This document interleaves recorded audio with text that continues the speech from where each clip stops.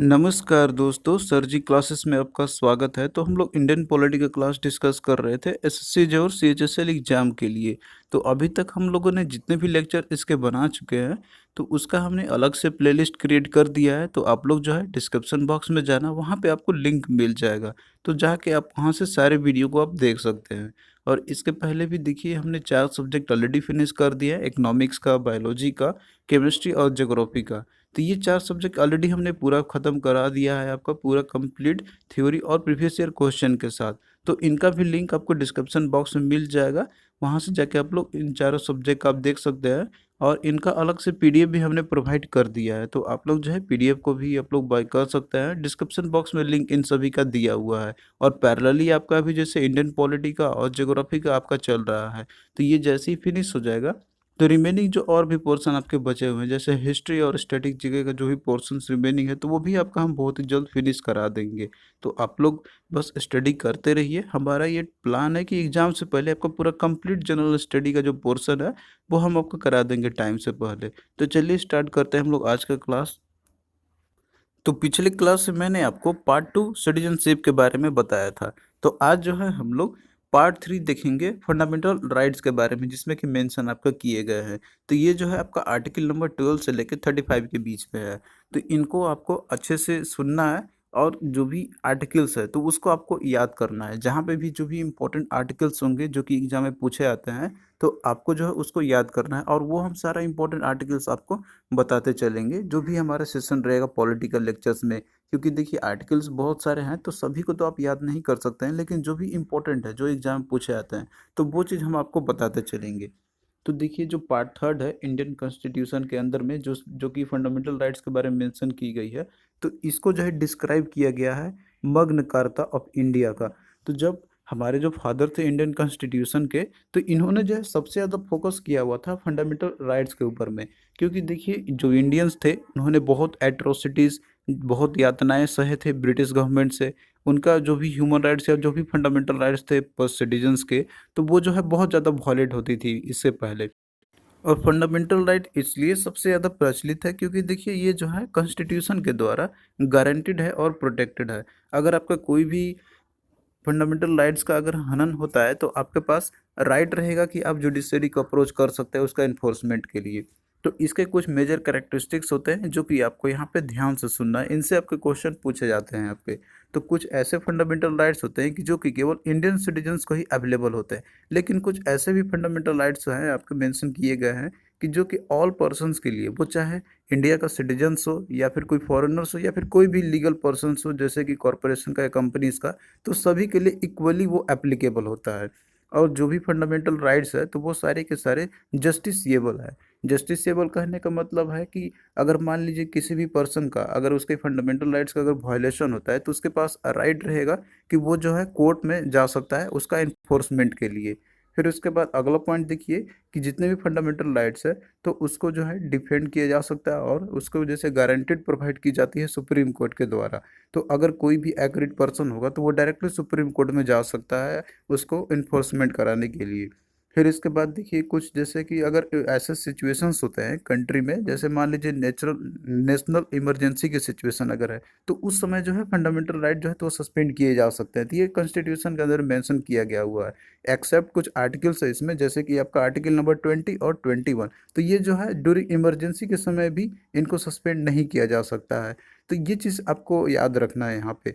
और इसके साथ में जो भी 6 जो राइट गारंटीड किए गए हैं आर्टिकल 19 के अंदर में, तो यही जो है सस्पेंड किए जा सकते हैं। आपका इमरजेंसी अगर डिक्लेयर अगर होता है आपका, मान लीजिए वार और एक्सटर्नल एग्रेशन के समय में, तो उस समय केवल इनको ही जो है सस्पेंड किया जा सकता है। अदरवाइज अगर नेशनल इमरजेंसी है, तो उस समय जितने भी राइट है वो 20 और आर्टिकल 21 को छोड़ के तो सभी को सस्पेंड किया जा सकता है। तो आपको इस बात पे ध्यान रखना है।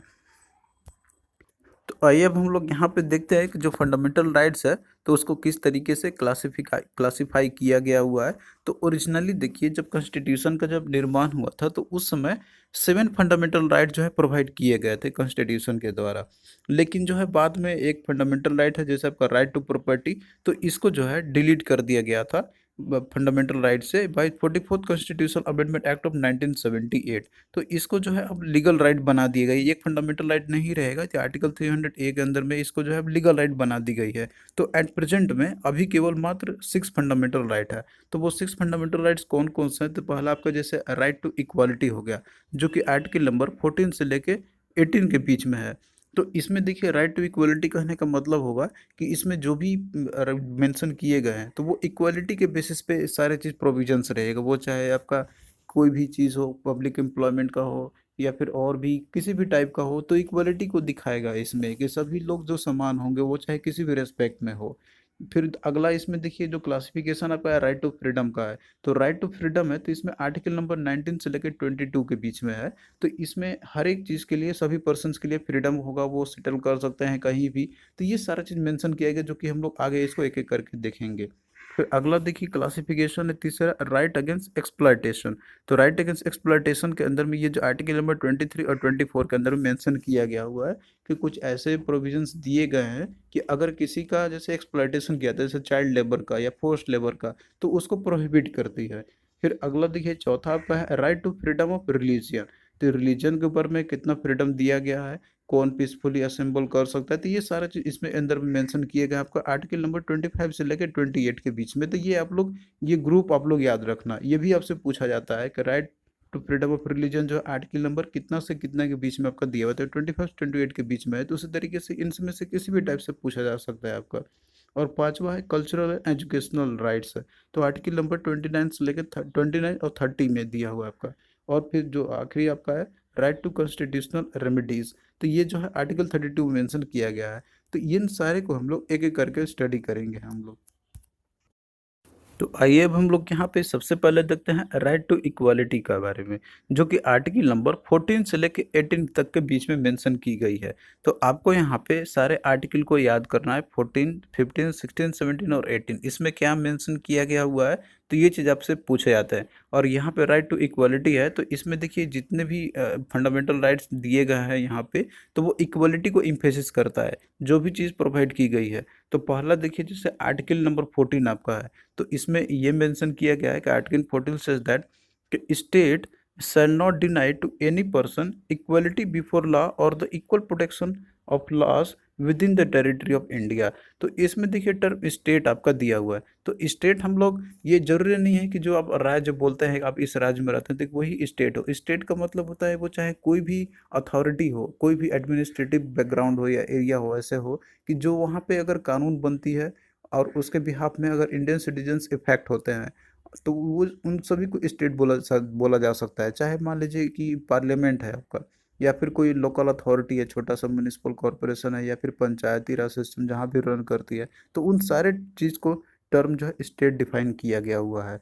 तो अगर मान लीजिए कि जैसे कोई भी स्टेट है, तो वो जो है सारे पर्सन्स को लॉ के बिहाफ में इक्वली राइट रहेगा उनका, यानी कि सभी को समान कानून का अधिकार होगा। ऐसा नहीं है कि वो अगर कोई अमीर आदमी है तो उसको जो है स्पेशल राइट दी जाएगी, कि उसको जो है प्रोटेक्शन प्रोटेक्शन प्रोवाइड की जाएगी, बहुत ही अच्छे से उनको ट्रीट किया जाएगा। और कोई गरीब आदमी है तो उसको जो है कानून के नज़र में उसको जो है इक्वल ट्रीट नहीं करेंगे हम लोग। तो ये चीज़ डिस्क्रिमिनेशन जो है प्रोवाइड नहीं की गई है, यानी कि सभी को समान कानून का अधिकार होगा पूरे टेरिटरी ऑफ इंडिया में। जहाँ तक भी इंडिया के टेरिटरी है तो सभी जगह समान कानून का अधिकार होगा सभी के लिए। फिर उसके बाद देखिए आर्टिकल 15 है, तो इसमें कहता है यहाँ पे कि जो भी स्टेट है तो वो जो है कोई भी पर्सन को डिस्क्रिमिनेट नहीं कर सकता है। ये कोई भी सिटीजन्स है, मतलब कि कोई भी सिटीजन जो रहते हैं इंडिया के अंदर में, तो स्टेट जो है तो उनको डिस्क्रिमिनेट नहीं कर सकता है किसी भी मैटर में, वो चाहे रिलीजन के बेसिस पे हो, रेस के बेसिस पे हो, कास्ट के बेसिस पे हो, सेक्स के बेसिस पे हो, या प्लेस ऑफ बर्थ के बेसिस पे, तो उनको जो डिस्क्रिमिनेशन नहीं किया जा सकता है। फिर अगला देखिए आर्टिकल नंबर 16 है, तो इसमें ये मेंशन किया गया है यहाँ पे इक्वलिटी ऑफ अपॉर्चुनिटी के बारे में for all citizens in matter to relating to employment और ऑफिस। तो इसमें दिया हुआ है कि जैसे जो अपॉर्चुनिटी निकलती है पब्लिक एम्प्लॉयमेंट का, जैसे मान लीजिए कोई भी गवर्नमेंट सर्विस का एग्जाम निकलता है, तो आप देखते हैं वो कि वो सभी के लिए इक्वली एप्लीकेबल होता है। जो भी फॉर्म को भरना चाहते हैं तो वो सिटीजन्स होने चाहिए इंडिया के। ऐसा नहीं है कि उसमें ये आपका दिया रहता है कि ये केवल ST SC के लिए है या OBC के लिए है या फिर जनरल कास्ट के लिए है। वो सभी को इक्वली अपॉर्चुनिटी प्रोवाइड करते हैं उसमें, हालांकि रिजर्वेशंस दिए गए हैं यहाँ पे, लेकिन इक्वलिटी तो सभी को रहता है कि सभी कोई फॉर्म भर सकते हैं इसको। और इसके साथ साथ में कोई भी स्टेट है तो वो जो है डिस्क्रिमिनेट नहीं कर सकता है कोई किसी भी आदमी को, ये सारे बेसिस पे, जैसे रिलीजन के बेसिस पे हो गया, रेस का बेसिस पे हो गया, या कास्ट के बेसिस पे, सेक्स के बेसिस पे, या फिर प्लेस ऑफ बर्थ या फिर रेसिडेंस के बेसिस पे, तो किसी के बेसिस पे भी जो है उनको डिस्क्रिमिनेट नहीं कर सकता है। तो ये देखिए, जैसे ये जो आर्टिकल नंबर 16 आपका दिया हुआ है, तो ये केवल इंडियन सिटीजन्स को ही प्रोवाइड किया गया हुआ है। तो ये चीज़ आप लोग ध्यान रखते चलना, क्योंकि आप जानते हैं कि जो इक्वलिटी अपॉर्चुनिटी जब भी गवर्नमेंट एग्जाम निकलती है, माने वैकेंसी आती है, आप देखते होंगे कि उसमें Indian citizens are only applicable, और साथ में कुछ जैसे प्रोविजन दिए रहते हैं जैसे नेपाली के लिए और कुछ बांग्लादेशी के लिए, तो वो आपका मेंशन रहेगा उसके अंदर में। लेकिन उसमें आपका रहता है कि इंडियन सिटीजन्स ही ओनली अलाउड रहते हैं इसके अंदर में।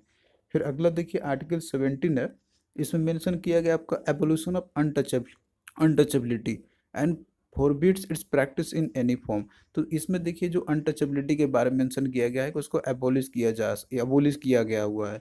तो अनटचेबिलिटी, जैसे इसको हिंदी में हम लोग छुआछूत बोलते हैं, तो पहले जैसे प्रोविजंस था इंडिया में कि जो अगर नीचे दबले कुचले के लोग होते थे तो लोग उनसे जैसे उनको छूते नहीं थे या फिर उनसे हाथ नहीं मिलाते थे। तो ये चीज़ को जैसे इसमें डिस्क्रिमिनेशन के बेसिस पे इसको जो है इसको अबॉलिश कर दिया गया है इसके थ्रू, आर्टिकल नंबर 70 के थ्रू। तो ये, और इसका प्रैक्टिस भी करना अगर कोई करता है तो उसको जो है उसके ऊपर में एक्शन लिया जा सकता है इसको, क्योंकि पूरी तरीके से फॉरबिड किया गया हुआ आर्टिकल नंबर 17 के चलते। तो ये चीज़ आप लोग ध्यान रखना, आर्टिकल 17 में मेंशन क्या किया गया है इसमें, एबोल्यूशन ऑफ अनटचेबिलिटी। फिर उसके बाद देखिए अगला आपका आर्टिकल नंबर 18 है।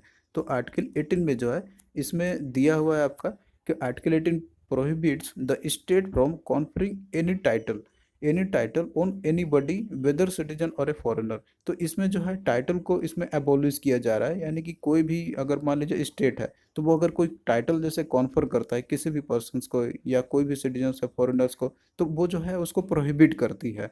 एक्सेप्ट इसमें कुछ जैसे दिए गए हैं रेस्ट्रिक्शंस इसमें, मतलब कि दिए गए हैं प्रोविजंस इसमें कि अगर मान लीजिए कोई मिलिट्री या एक डिस्टिंक्शन का कोई पर्सन है तो उनको टाइटल लगाने की जो है ये दी जाएगी। लेकिन बाकी और भी कोई भी पर्सन है तो उसको कोई भी टाइटल्स नहीं लगाए दिए जा सकते हैं। तो ये चीज़ प्रोहिबिट करता है आर्टिकल 18 के द्वारा।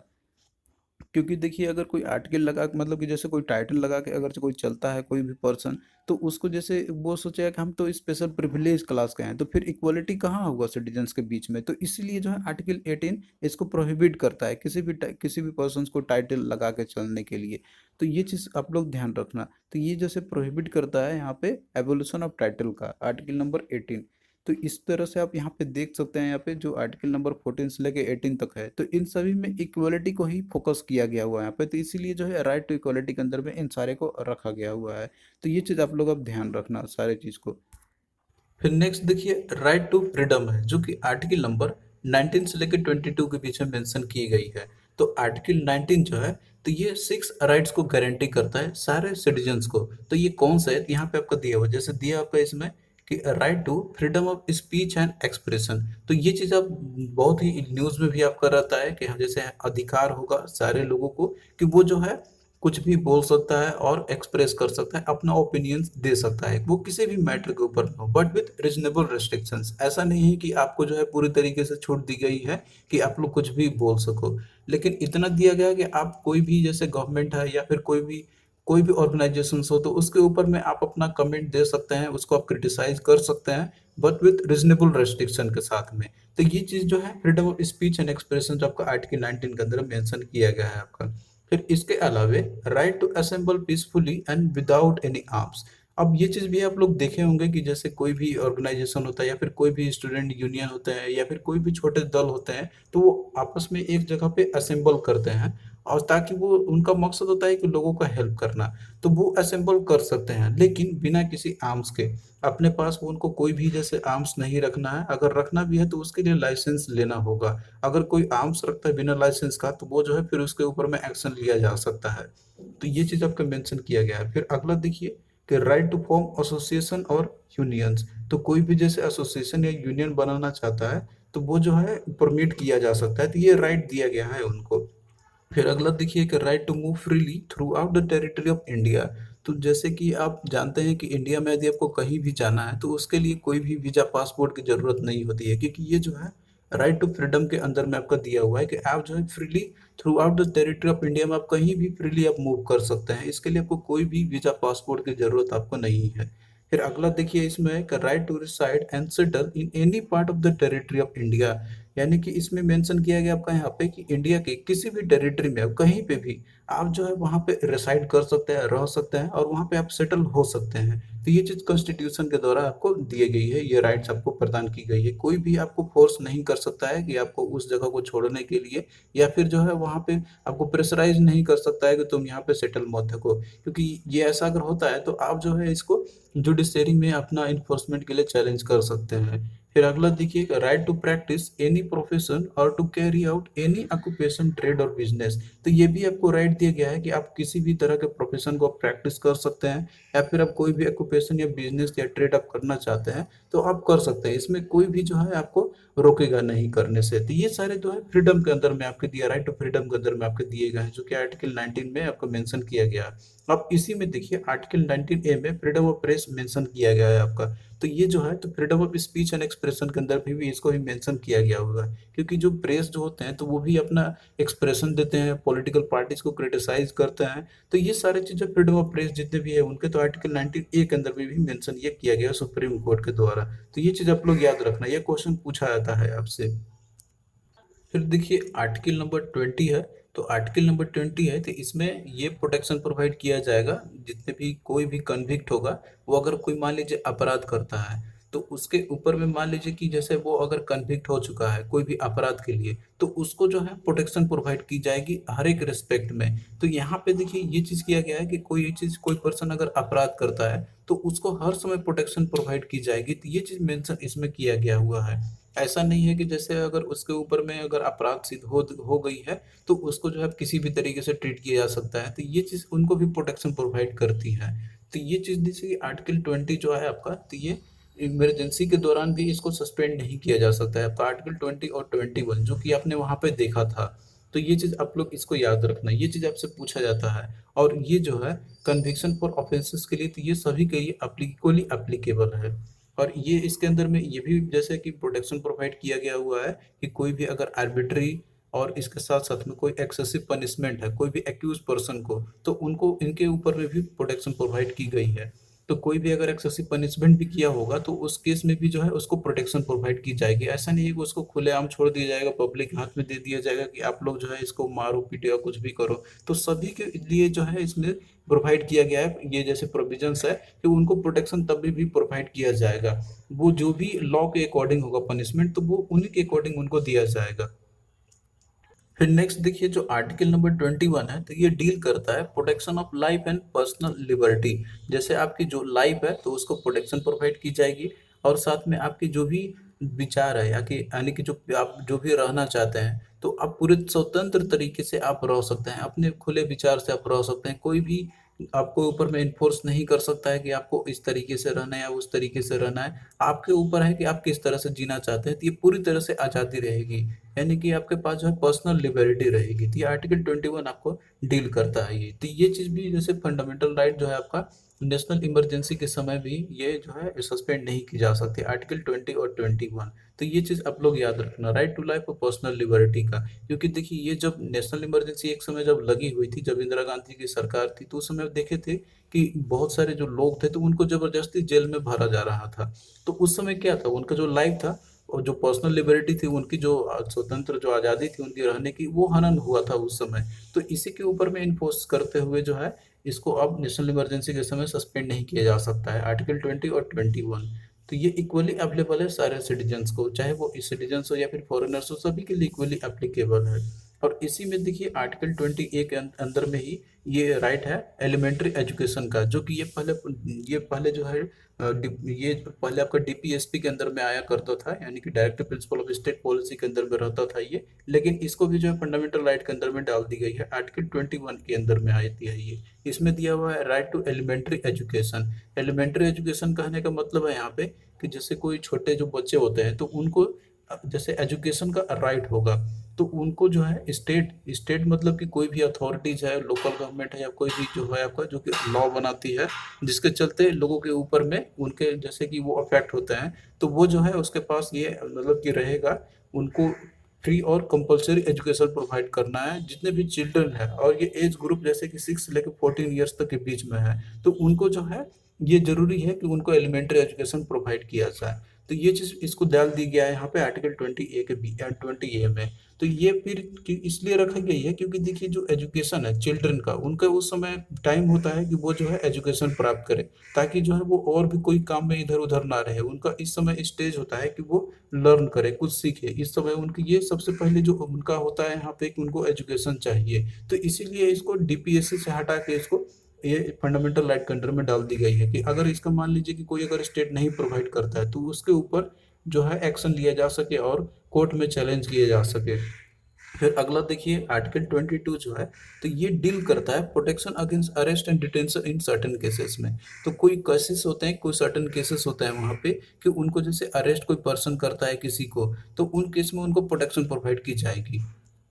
फिर नेक्स्ट देखिए जो ग्रुप है राइट अगेंस्ट एक्सप्लॉयटेशन, तो ये जो है आर्टिकल 23 और 24 में मेंशन की गई है। तो इसमें जो है आपका मेंशन किया गया हुआ एक्सप्लॉयटेशन के अगेंस्ट में। तो जैसे आर्टिकल 23 में ये प्रोविजंस इसमें दिया गया है कि जैसे अगर कोई भी ह्यूमन बींग्स का उनका अगर ट्रैफिकिंग होता है, उनका जैसे कि तस्करी की जाती है, जबरदस्ती उनसे काम कराए जाते हैं, या फिर फोर्स्ड लेबर की अगर बात आती है तो उनको प्रोटेक्शन प्रोवाइड की जाती है। अगर कोई जबरदस्ती उनसे अगर मान लीजिए काम कराता है कोई भी आदमी जो हो, तो उनके ऊपर में जो है अगेंस्ट लिया जा सकता, अगेंस्ट एक्शन लिया जा सकता है, जो भी लॉ के बिहाफ में अगर होगी तो ये चीज इसमें दिया गया है यहाँ पे कि इसमें जो है ट्रैफिकिंग इन ह्यूमन बींग्स और साथ में फोर्स्ड लेबर, तो ये जो है कि प्रोहिबिट की गई है इनको आर्टिकल 23 के तहत।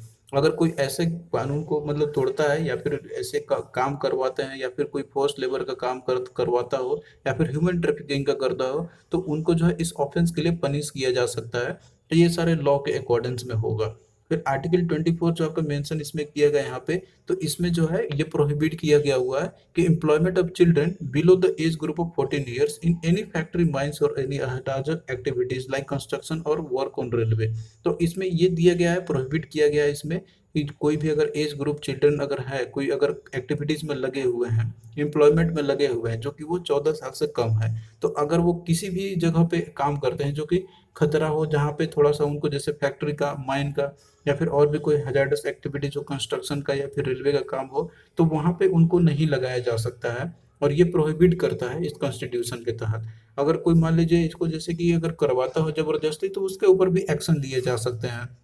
अगर इसमें ये चीज मेंशन आपका किया गया है यहाँ पे कि इसके अंदर में जैसे मान लीजिए अगर उनको एम्प्लॉयमेंट दी गई है कुछ ऐसे जगह पे जहाँ पे मान लीजिए कि वो उनको उतना खतरा नहीं है, या फिर कोई इनोसेंट वर्क है, तो उनको वहाँ पे जो है प्रोहिबिट नहीं की गई है। तो ये चीज उनको अलाउ किया गया है यहाँ पे एम्प्लॉयमेंट का इन सारी जगहों पे जहाँ पे हार्मलेस है, या फिर इनोसेंट वर्क है, या फिर खुद फैमिली ही है जो अपने घरों में लगे हुए काम कराने के लिए, या फिर अपने कोई शॉप है जहाँ पे कोई खतरा नहीं है, तो इसमें ये प्रोहिबिट नहीं की गई है। तो ये चीज आप लोग ध्यान रखना है यहाँ पे। तो आर्टिकल 23 और 24 ये आपका है राइट अगेंस्ट एक्सप्लॉयटेशन में। तो इसमें आप देख रहे हैं कि अगर किसी का एक्सप्लॉयट किया जा रहा है, जबरदस्ती उससे काम कराया जा रहा है, या फिर उसके इनोसेंट के बिहाफ पे, या फिर कोई ऐसे हजार्डस एक्टिविटीज के अगेंस्ट में, तो ये जो है उनको पनिश किया जा सकता है इन सभी के लिए। तो ये चीज इसलिए इनको क्लासिफाई करके रखा गया हुआ एक्सप्लॉयटेशन के अंदर में। फिर अगला देखिए right to freedom of religion है। तो right to freedom of religion जो है, तो ये आर्टिकल नंबर 25 से लेकर 28 के बीच में आपका है। तो आर्टिकल 25 जो इसमें ये डील करता है कि freedom of conscience and free profession practice and propagation of religion. तो कोई भी है कि अपना रिलीजन को वो प्रोफेस कर सकता है, उसको प्रैक्टिस कर सकता है, उसको प्रोपगेट भी कर सकता है। तो ये उनको अधिकार दी गई है। ऐसा नहीं है कि आपसे जबरदस्ती प्रैक्टिस करवाए कि आप ये धर्म फॉलो करो, या फिर आप इसका प्रचार मत करो, या फिर यही करो, तो कोई भी आपके ऊपर में ये ज्यादती नहीं कर सकती है। तो यहाँ पे सभी धर्मों को जो है इक्वली राइट दी गई है कि आप जो है अपने अकॉर्डिंग जो भी धर्म को आप मानते हैं, तो उसको आप फ्रीली जो है आप प्रोफेस कर सकते हैं, प्रैक्टिस कर सकते हैं, और उसको प्रोपगेट भी आप कर सकते हैं। तो ये आर्टिकल 25 में मेंशन आपका किया गया हुआ है। फिर उसके बाद देखिए जो आर्टिकल 26 है, इसमें डील करता है freedom to manage religious affairs. अब देखते होंगे कि जैसे बहुत सारे जगहों पे धर्म सभा लगती है, या फिर वहाँ पे रिलीजियस अफेयर्स लगती है, वहाँ पे आयोजन किया जाता है, कार्यक्रम किए जाते हैं, तो वहाँ पे जो है ये फ्रीडम दी गई है उनको इस तरह के आयोजन करने के लिए। कोई भी है उनको प्रोहिबिट नहीं कर सकती है कि तुमको ये ऑर्गेनाइज नहीं करना है यहाँ पे, क्योंकि आर्टिकल 26 में जो है उनको अधिकार देती है इस तरह के अफेयर्स को मैनेज करने के लिए। फिर अगला देखिए आर्टिकल 27 है, तो इसमें डील करता है freedom as to payment of taxes for the promotion of any particular religion. तो इसमें देखिए जैसे कि कोई भी अगर पर्टिकुलर रिलीजन है उसको अगर प्रैक्टिस कर रहा है, उसको रिलीजियस अफेयर जैसे वो कर रहा है, प्रमोशन कर रहा है, अपना रिलीजियस को बढ़ा रहा है, मतलब कि जो जो कल्चर है अपना उसको प्रमोट कर रहा है, तो उसके ऊपर में कोई टैक्स नहीं लगाई जाएगी। आप देखते होंगे कि जैसे कहीं पे भी आयोजन लगता है वहां पे अगर मान लीजिए चंदा इकट्ठा किया जाता है तो उसके ऊपर में कोई भी टैक्सेस जो है नहीं ली जाती है। तो ये चीज़ है आर्टिकल 27 के अंदर मेंशन की गई है।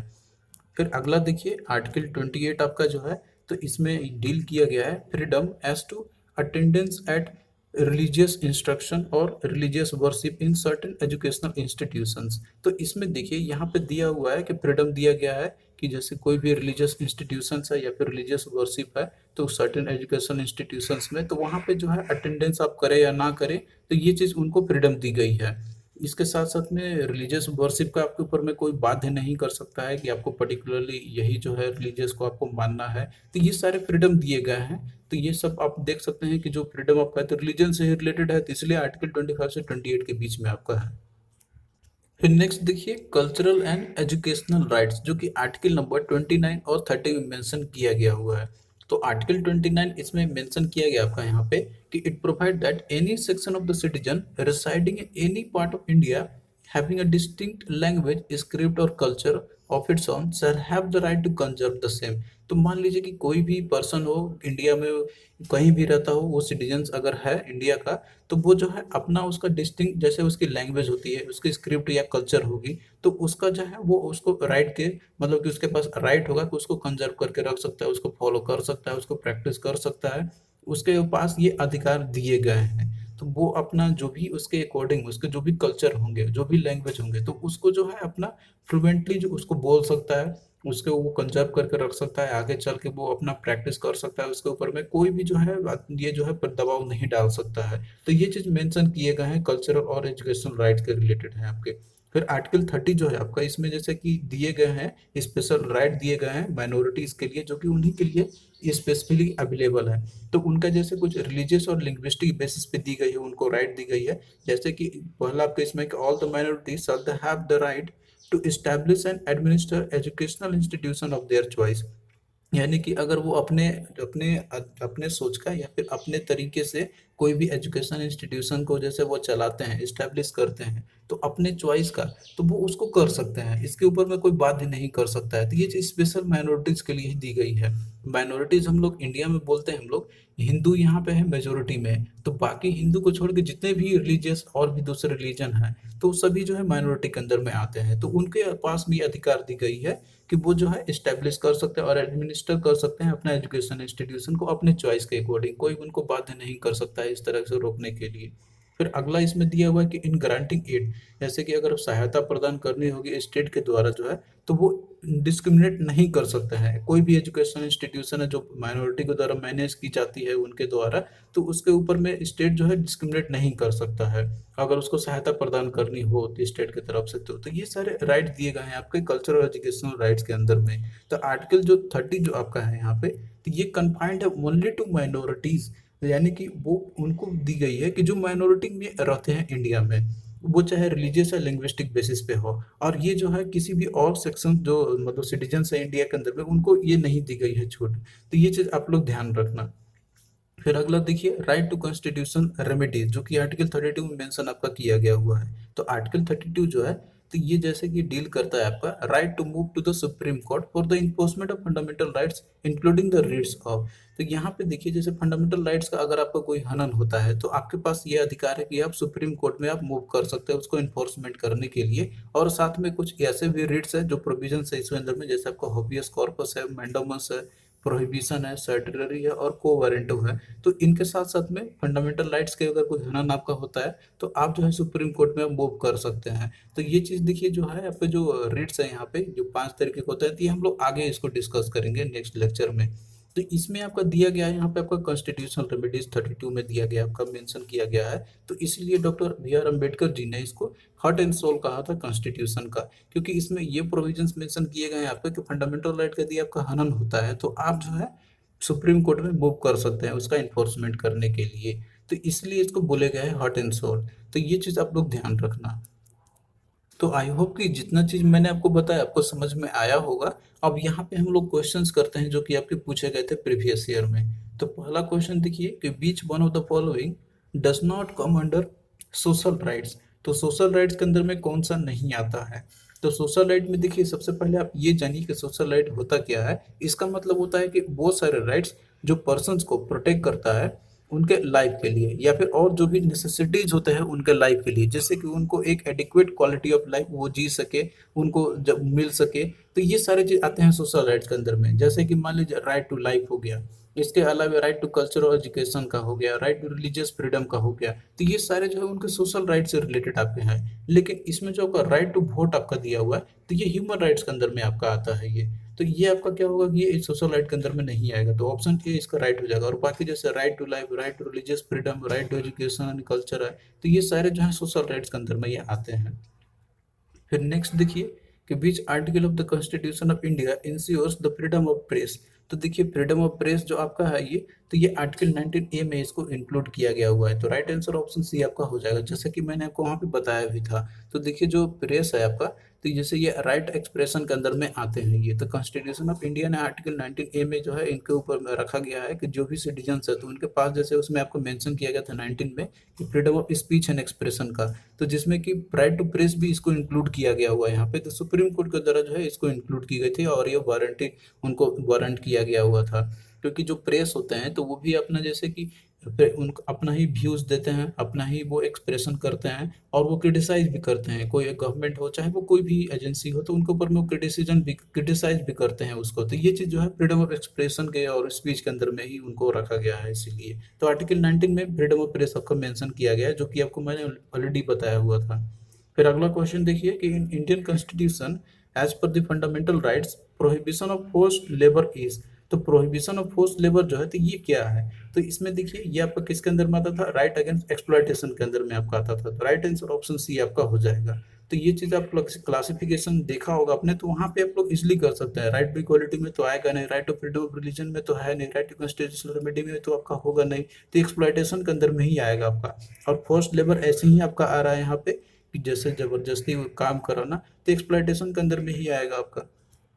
फिर नेक्स्ट क्वेश्चन देखिए, इस क्वेश्चन को आपको ध्यान से पढ़ना होगा। इसमें दिया आपका यहाँ पे कि to ensure fair trial in courts the Indian constitution has provided the three rights which of the following is not of those three rights. तो जैसे फेयर ट्रायल के बेसिस पे अगर कोर्ट में की जाती है किसी भी सिटीजन्स का, कोई भी पर्सन हो, तो उनको थ्री राइट्स प्रोवाइड किए गए हैं। तो कौन सा इसमें से नहीं है। तो इसमें देखिए पहला आपका दिया हुआ है कि no person would be punished for the same offence more than once. अगर कोई पर्सन जो है अपराध करता है तो एक ही अपराध के लिए उसको जो है फिर से पनिशमेंट नहीं की जाएगा, एक बार से ज्यादा उसको पनिश नहीं किया जा सकता है।